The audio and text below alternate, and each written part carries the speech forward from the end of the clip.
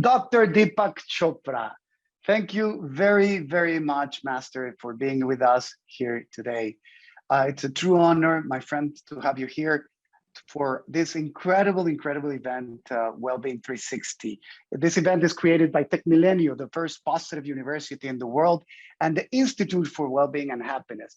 This event reaches more than 50,000 people live and will have more than 8 million views on social media from 169 countries all around the world. Your impact, Doctor, is huge, and I thank you for that. You are a true inspiration. Welcome.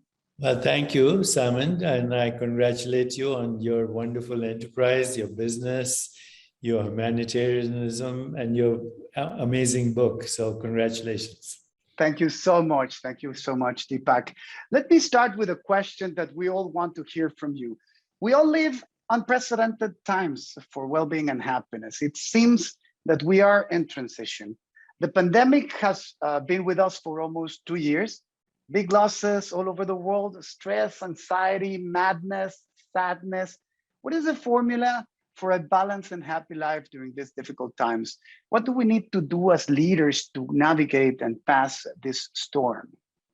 There are many things we need to recognize. Firstly, although we think we are the first generation to go through this crisis, every generation has had a global crisis. My parents lived through the Second World War and the Holocaust and the Great Depression. There was the First World War. There was the influenza pandemic. So if you look throughout history, every generation has had a crisis. And every generation has also had people who came out of the crisis more creatively and reinvented their lives, reinvented their bodies, resurrected their souls. And we learned a lot of things from this pandemic. Number one, look at Zoom. Now we're using this technology. We also have VR, immersive dreamscapes. We have the conglomeration of information technologies. We now have biofeedback, bioregulation. I just put out my meditations on Fitbit, where you can 1.3 billion media impressions. People have now learned to regulate their body through breathing and meditation, just through technology. At the same time, these mRNA vaccines are giving us clue to vaccines against cancer, vaccines against Alzheimer's. So this pandemic also showed us that climate change is a real issue. As soon as we came back to our lockdowns, nature was celebrating. You could see flamingos in Bombay. You could hear the birds singing in Mexico City and Hyderabad. You could see the Himalayas from 500 miles away. And even fish were returning to the dead lakes of Venice. So there is a direct connection between biological sustainability and what we call sustainability of our planet. And one thing we can learn from this crisis is that there is something that social scientists are talking about called the happiness formula.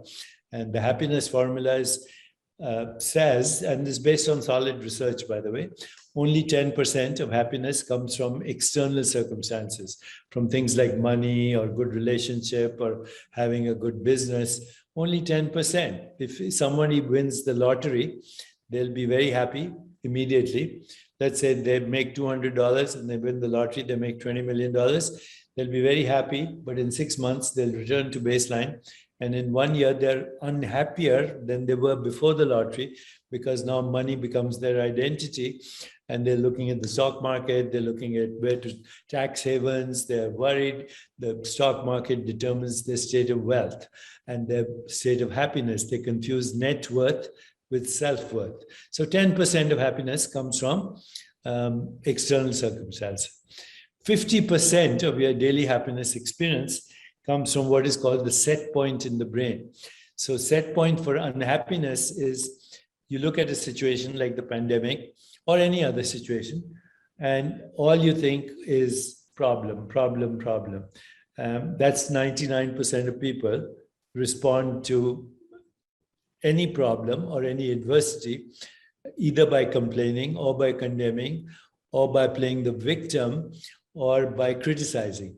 But there's 1% of people who look at the same situation and say, what is the opportunity here? What is the opportunity during pandemic? These are people who created new technologies, new innovations, a better understanding of health in the future.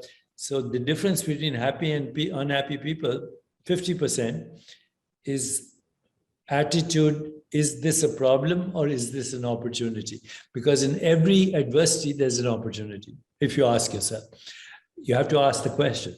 And then you hang out with other people who have the same attitude.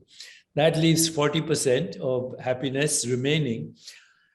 That comes from two things, the daily choices we make. So we make choices, number one, for personal pleasure, like shopping. In fact, shopping is the most common way for people to get happy in the Western world. That's why we call Indeed. we call them consumers. It's an ugly word for a stardust being, consumer. But shopping, sex, alcohol, entertainment, do these choices make you happy? Yeah, but only for a few days. Then you have to repeat the choice to be happy again. And if you have an addictive personality, soon the memory of pleasure becomes the memory of pain. And that causes more problems. So there's another kind of choice we can make every day. It's called finding a meaning, purpose in life.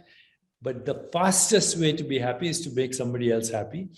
And you can do that by giving people attention, affection, appreciation, and acceptance. So I call these the 4 A's. Acceptance, appreciation, noticing the gifts they have, affection, telling them you love them, and basically that's it. Attention, affection, appreciation, acceptance. Every day what I do is I send 2 people a message, emoticons, and I tell them, you do that with 2 people, and they do it with 2 people. And instead of a pandemic of COVID-19, we could have a pandemic of happiness. Let's try it out. Absolutely. Wow, absolutely. I'm on board. I'm willing to help as much as I can, to change the world one person at a time. You're doing it. I'm doing my very best, doctor. Still a long way. Again, the world is upside down right now. We need to change people's mindset. And instead of looking at the glass half empty, we'll need to look at the glass half full. And I believe there's a lot of things in the world happening that are good for humanity. So now that you spoke about purpose, I remember you have been named by Time Magazine as one of the top 100 heroes and icons of the century. It is an incredible recognition. It is something incredible. And you have written more than 90 books. I wrote one and it is exhausting. You wrote a very good book, so congratulations. Thank you. But it is exhausting. Thank you. Thank you so much. It is hard work and you must be fully concentrated. You must have a lot of knowledge in order to put that in documents, in words. When you achieve this huge success, Deepak, what is the role of vulnerability and humbleness? What is your life purpose now that you have done so much in this amazing journey? I mean, you have achieved everything. What's vulnerability, humbleness, and what's your purpose in life? Well, Simon, here's the thing. I come from a tradition of spirituality where the first 25 years of your life is education. The second 25 years of your life is fame and fortune and material success.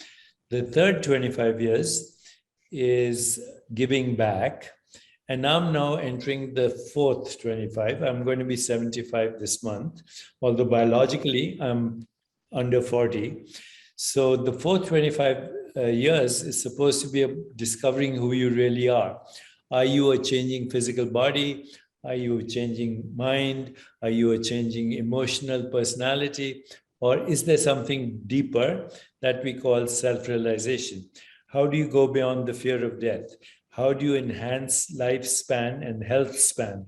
So right now what I'm doing is I spend about 4 or 5 hours every day in spiritual practice, yoga, breathing, meditation. In the evening, I spend 2 hours meditating on my physical death and planning my next journey after death. And then I'm also engaged in something called the longevity experiment, which I'm starting now. I'm in Orlando. We work with Disney, and we have a foundation offices here.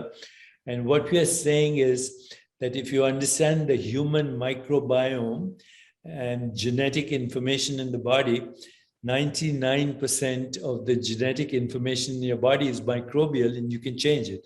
And that leaves 1%, which is human, which you can upgrade through epigenetics. So I'm actually recruiting people right now who are healthy, but who want to live beyond 100 and want to die consciously in meditation without any illness. And we are calling this the longevity experiment. And we are doing it both, for the public who want to join us at a nominal price, but then we are also recruiting young people here in Lake Nona. We have about 35,000 citizen scientists, and they're donating their data from birth to death. And we want to prove that it is possible to extend lifespan beyond 100 and live a healthy life and consciously die in meditation. It's called Mahasamadhi, and even plan your afterlife, because we have a deep understanding that fundamental reality is not matter, not energy, not information, but a modified form of consciousness. And if we can go to that level of awareness, which is formless, then the formless can morph into any form. Now, this is part of my tradition, but it has never been put into practice scientifically. Gathering data, genetic clocks, telomerase levels, and so on. So in order to do this, you have to be humble, because your ambition is huge. And if you start taking yourself seriously and becoming self-important and not being vulnerable, you defeat every prospect of insight, intuition, creativity, higher vision, and transcendence. So vulnerability is very practical. It's power. And humility. Wow. I'm just speechless. Some people, they fear death, and sometimes that, keeps them away of enjoying life. And sometimes you need to understand that we're here for just a short period of time. And the basics of living a fulfilled life, it's understanding that we're vulnerable and one day we will not be here. So what you're doing is just unbelievable. I've heard about Lake Nona and all this project, and it was incredible. But now that you say that you want to die meditating and at peace without any pain, I believe that's the ultimate goal for any human being, right? Yeah, if we want to live that life. Yeah, biological age, chronological age, psychological age, emotional age, and spiritual age are different things. When you understand, you identify with the spirit, then you know that a lifetime is just one particular theme. It's one particular journey. But the real you cannot be squeezed into the volume of a body or the span of a lifetime, because you're a timeless being, not in space-time. Space-time itself is an experience. It's not fundamental. Wow, incredible. Wow. So I would like to jump into that journey with you. So one day I will join you in Lake Nona for sure. Let me ask you, let me just turn into another topic here, Dr. Chopra. It is incredible how Tech Millennium is working out towards mindfulness and happiness and having a fulfilled life. So we were named, Tech Millennium was named as the first positive university in the world by Martin Seligman. In 2013, they created this institute called Institute for Wellbeing and Happiness to foster the positive transformation of the life of the students, yes, but also the broader society. What do you think about what Tech Millennium is doing in regards of well-being, happiness, and having a meaningful life with students, with young people? I mean, is there an upgrade to this world if we just put a finger there and we just pinpoint something that we can just bring meditation into millions of people throughout the world? Well, first of all, congratulations on Tech Millennial and what you're doing. Wonderful project. We have to define well-being in broader terms. So right now, when we think of well-being, most people think of wellness, which is blood pressure, cholesterol, inflammatory markers, biological age, etc., etc. Very important. And for these, we have pillars of well-being: restful sleep, stress management, meditation, mind-body coordination, vagal stimulation, emotional resiliency, biological rhythms. And these are very important aspects of well-being. But there's something called career well-being or corporate well-being, where it's becoming very obvious that corporate well-being directly affects physical well-being. So in a business or a company, if there's shared vision by the leader, if everybody's complementing their strengths to each other like a good soccer team, if everybody's emotionally and spiritually bonded, if there's feedback, then that's a very good business. And in the business, in corporate world, there are many constituencies. There's employees, there's customers, there are investors, and then there's the overall health of the business. And our studies show that if the leader in the corporation or the business or the organization, if they ignore their employees or the people who work for them, rate of disengagement goes up by 45%. Instead of if they criticize their employees, actually they get better. People would rather be criticized than ignored because now they are relevant, they're being noticed. Ignore means you don't exist. But if you notice a single strength in your employee, one strength, and you genuinely, authentically express gratitude for that one strength, rate of disengagement falls to less than 1%. In the US, wow, disengagement costs American economy $300 billion a year. So there's a formula for corporate well-being. Similarly, social well-being is very important. You have a network of friends and family that you can rely upon in times of crisis. If you have a happy friend, your happiness goes up by 15%. If the happy friend has a happy friend you don't know, it goes up another 10%. So the happiness of people that you don't know actually enhances your happiness, including the happiness of your competitors, because happiness is an ecosystem and we're all affected. If I'm talking to you, I'm affected by all the people in my life, and you're affected by all the people in your life, and they are influencing this conversation. So social well-being is very important. Then there's financial well-being. Financial well-being, despite everything that people say, money is not important, health is more important, relationships are more important. If you do surveys, number one cause of stress in the world is money. And this is not because people don't have enough money. Either they don't know how to spend it, or they're not secure. There are two kinds of people who are always unhappy about money. One are the extremely rich, and the other is the extremely poor, because that becomes their identity. So, I know people who confuse net worth with self-worth. And, what's his name? Bob Marley wrote a beautiful song. He said, some people are so poor, all they have is money. So that actually is my next book. It's called Abundance, the Inner Path to Wealth Consciousness, because wealth is not only the progressive realization of worthy goals, it is the ability to have love and compassion, the ability to touch your creative center. Financial well-being is very important for physical well-being. And then there's community well-being. Community well-being means, do you feel safe in your community? Can you walk alone at night in your community without fear? If you lose your wallet, will it come back to you? And believe it or not, there are communities that have done that, even in the Middle East, that have zero crime at night because they participate in community events, they volunteer, they have a sangha, they have a meaningful purpose behind the community. Say, take refuge in the purpose, take refuge in the community, and take refuge in higher consciousness. And if you have community well-being and all the different buckets of well-being that I just mentioned, that leaves one thing remaining. And that is spiritual well-being, because ultimately everybody is going to die.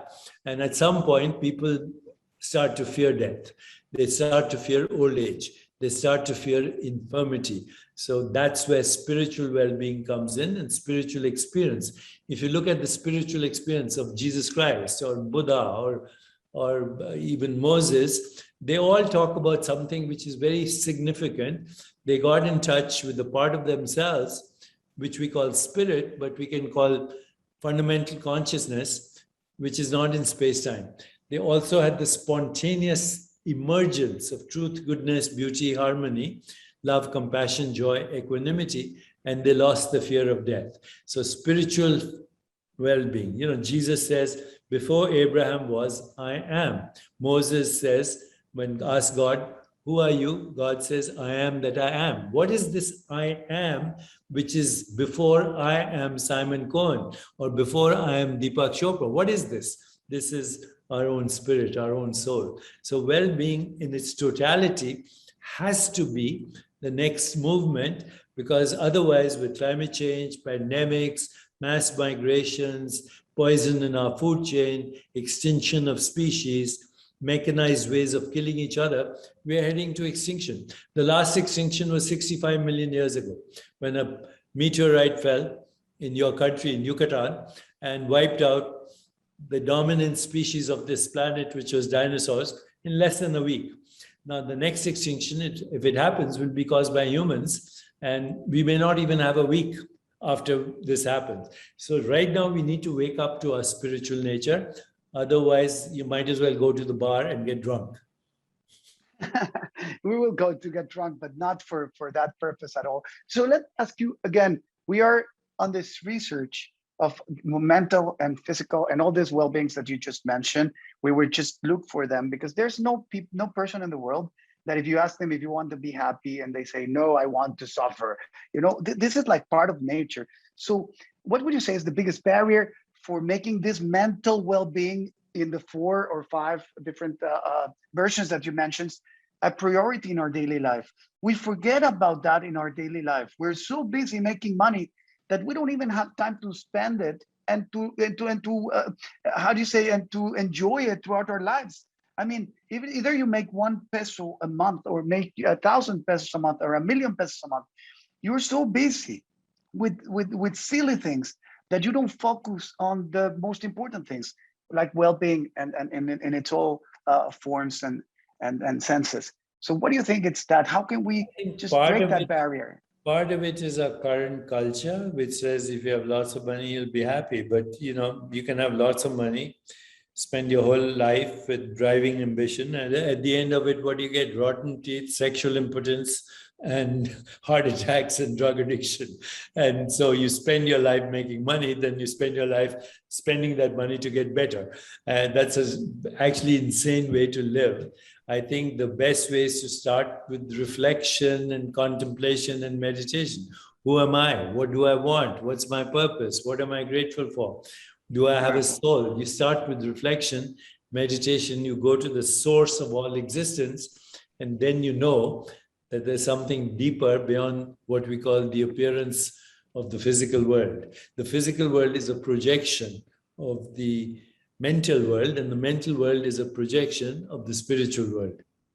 Absolutely. We're here talking with Dr. Deepak Chopra. And now that you spoke about meditation and being at peace and putting your mind into focus, I read from time to time that you take some days off in complete meditation and silence. And that, according to your own words, I believe that I remember exactly, this gives you peace and puts you in balance. That's what you said in one of the videos that I saw about you, and once we spoke last time. Practicing humbleness and forgetting about non-important things in life. How can people apply some of this humbleness in their daily life in order to achieve a fulfilled and happy life? How can we put everything together? Well, I think, I take a week of silence once a year by myself, but then I take a week of silence with a group of people also. So 2 weeks of silence. And this is a way to reinvent your body and also to resurrect your soul. I call it the spiritual detox. And I've been doing it for 40 years. And I also, at that moment, focus on my physical well-being, focus on a joyful, energetic body, love and compassion in the heart, clear mind, lightness of being. And we have some amazing research to show that a week of this can reverse the biological markers of aging. So, I'm now 75. My biological age is less than 40, and I'm not showing off. This is a fact.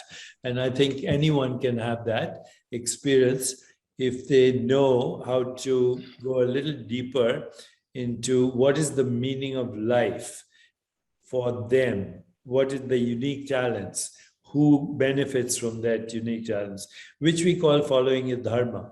So, the ordinary life is what we call the life of karmic entanglement. We're entangled in melodrama and stories, but beyond all stories is something called pure consciousness, which is a field of infinite possibilities, infinite creativity, unpredictable, but the source of intention and attention, and harnessing the power of spirit can help you reinvent your mind and your body.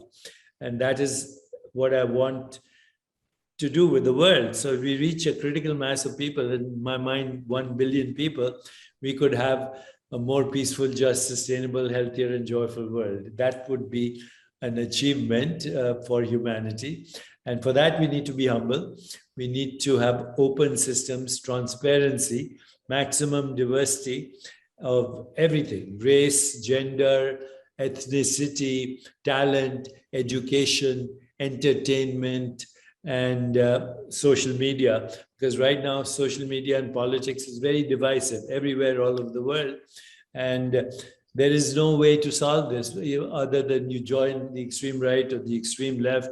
You say, oh, democracy is better, aristocracy is better, communism is better. Nobody lives these principles. Nobody lives these principles because everybody is living from fear instead of from love.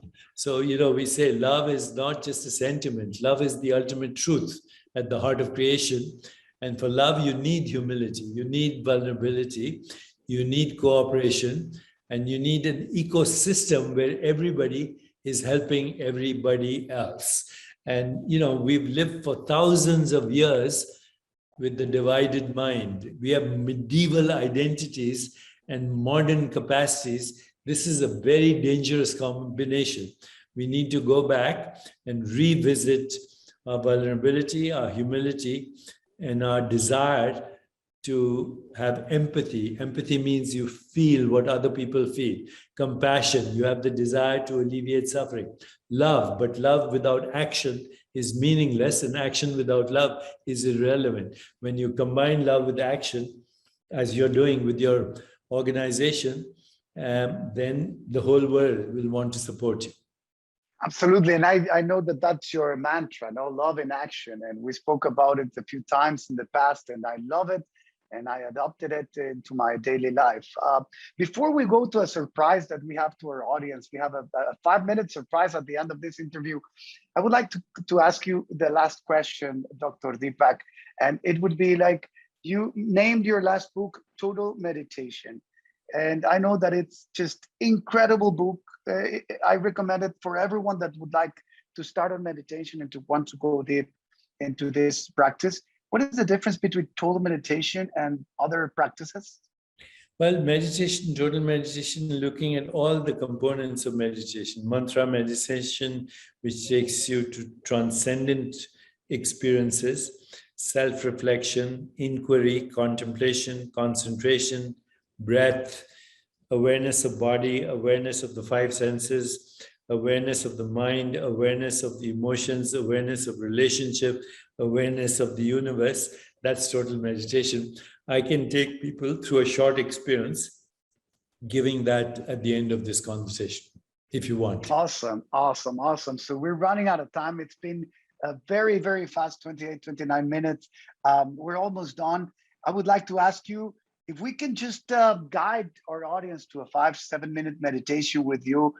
This is something for all of you that are listening and viewing this incredible interview. This is something truly unique, and we will experience this meditation with Dr. Chopra right now here and live. Thank you very much, Doctor. I will come back to close the interview, and let's go to meditate for the next few minutes. Okay, so wherever you are, sit comfortably in a chair. Use a backrest so your back feels erect. Put your feet firmly on the ground, uncross your legs and keep your hands open in your lap. And please close your eyes. And we'll start with the original mindfulness experience, which is awareness of breath. Okay, so just observe your breath. And when the Buddha observed his breath, he came to an amazing conclusion. He came to the conclusion that we don't actually breathe, we are being breathed. You are being breathed. It's effortless. Breath arises as a sensation, you experience it, then it subsides. And he said, if you hold on to your breath, you will suffocate. So let go and flow. This is the principle of meditation. Let go and flow. Just like you can't hold on to your breath, don't hold on to anything. Just allow it to be experienced. So now bring your awareness into your heart and ask yourself, who am I? What am I? Don't try to answer the question, just ask the question. Am I the changing body, or am I the awareness in which the changing body is an experience? Am I the changing mind, or am I the awareness in which the mind is a changing experience? Don't try to answer it. The answer will come to you. Who am I? What am I? Now ask the question, what do I want? What is my deepest desire? Again, don't try to answer it. Just be alert to any sensation, any image, any feeling, any thought that comes to you spontaneously. What is my deepest desire?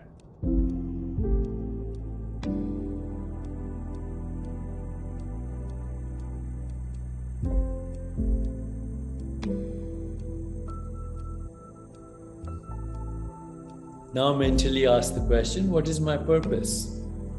What is my calling? How can I serve? Once again, don't try to answer it. Just ask the question, let go. Allowing any sensation, any image, any feeling, any thought to spontaneously come to you. How can I serve? What is my purpose? Final question, what am I grateful for? Gratitude will open the door to abundance and also to your soul. What am I grateful for? Allowing any sensation, image, feeling or thought to spontaneously come to you.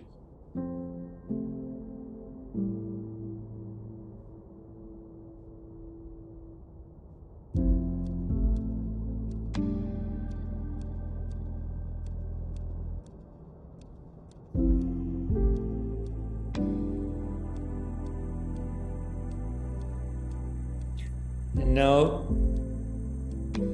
once again, bring your awareness to your breath and mentally remind yourself, I am present in every breath I inhale.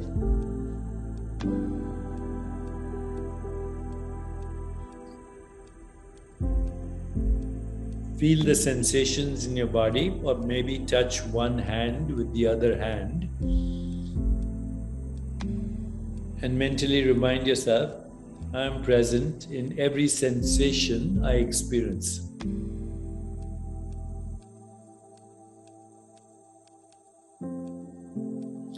Gently half open your eyes, become aware of shapes and colors around you. Mentally remind yourself, I am present in everything I see.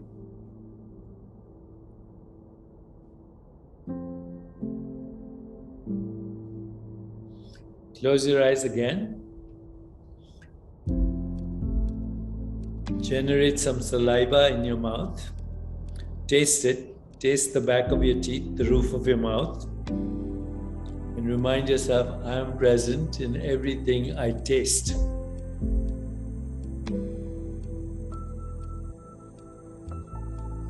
Allow any smells and odors or fragrances to be noticed in your nostrils.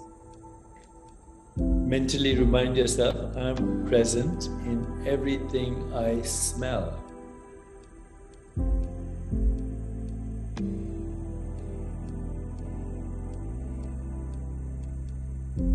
Now let's go a little deeper. Let's create an emotion. Let's create the emotion of love. Think of someone you love, maybe your children, your wife, even a great idea. Just think of an object that you love, a person or anything, and then experience that love in your heart. And remind yourself, I'm present in every emotion I generate, because we generate our emotions.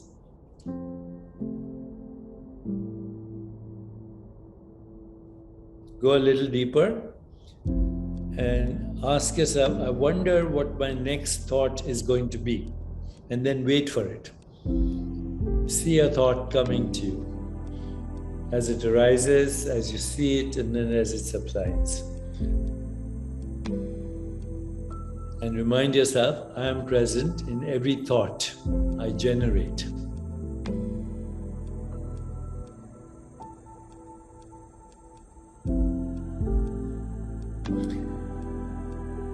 Let your awareness now expand beyond the boundaries of your skin. Let your awareness expand beyond the boundaries of your skin.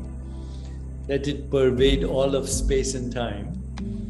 And remind yourself, I am present across the fabric of space and time.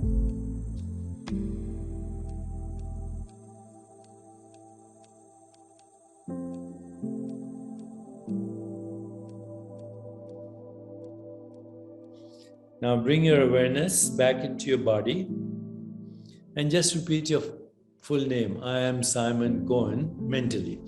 Mentally, with your eyes closed, I am Simon Cohen.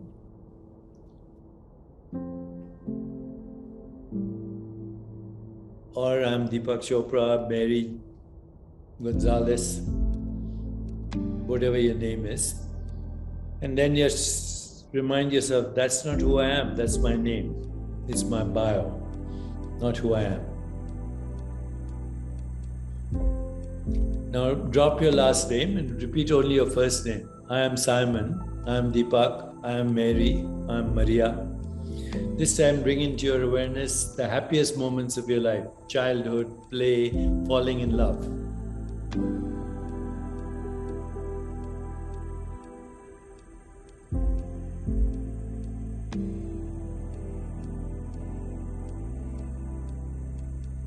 Now drop your name altogether and just repeat I am without no name and no form attached to it. Just I am.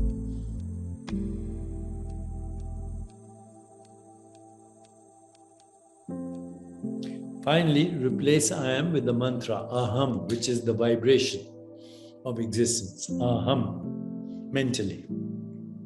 Let's do that for at least 30 seconds.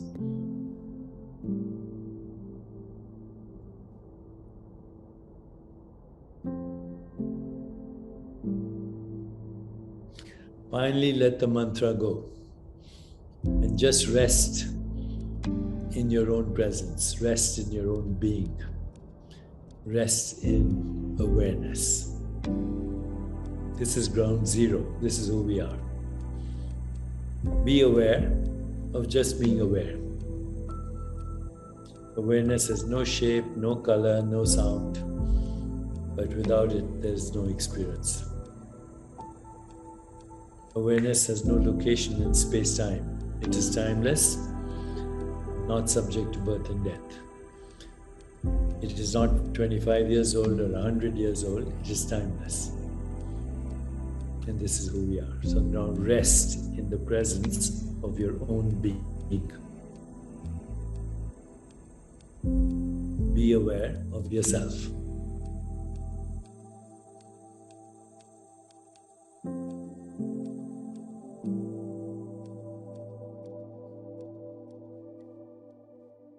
Before you come out, let's seed our body with 4 intentions. So feel your body from the inside out and mentally repeat joyful, energetic body.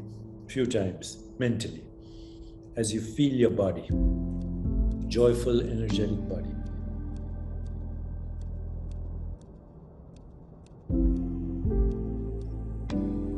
Bring your awareness to your heart and mentally repeat, loving, compassionate heart, loving, compassionate heart.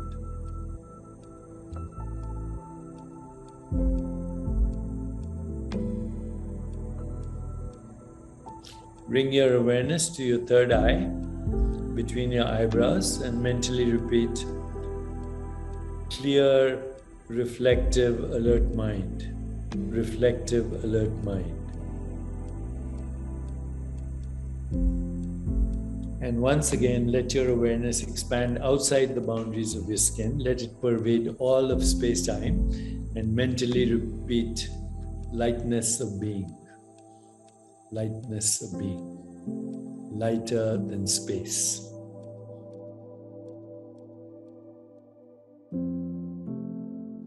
Finally, bring your awareness back into your body, and you can stretch and yawn and slowly open your eyes.